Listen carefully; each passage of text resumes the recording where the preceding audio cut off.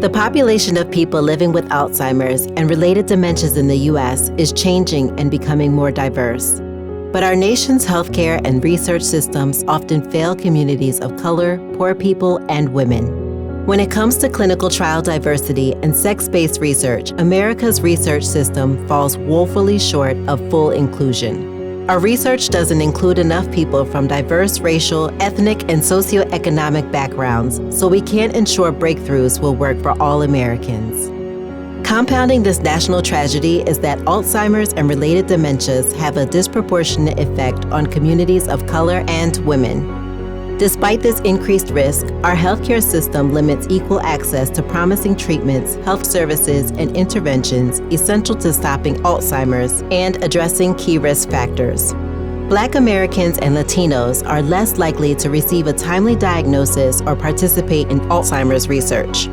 Black Americans and Latinos in the counties with the highest prevalence of Alzheimer's also experience greater levels of social inequity. And the high costs of Alzheimer's care and treatment are limiting economic opportunities for Black and Latino families. The trends are clear and alarming. By 2030, nearly 40% of all Americans living with Alzheimer's will be African American or Latino, unless something is done. Our nation must recognize the role that systemic racism has played in creating this grim reality for families confronting Alzheimer's if we are to address these health disparities at their root.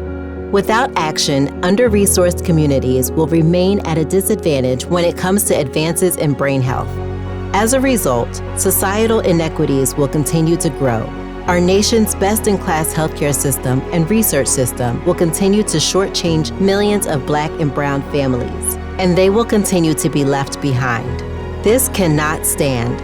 Our government leaders, the nation's healthcare system, and healthcare industry partners must set and be held to goals for advancing health equity and research recruitment, access to healthcare services, and improvements in quality care. If these steps are taken, our nation can make significant progress in delivering on the promise of brain health for all communities.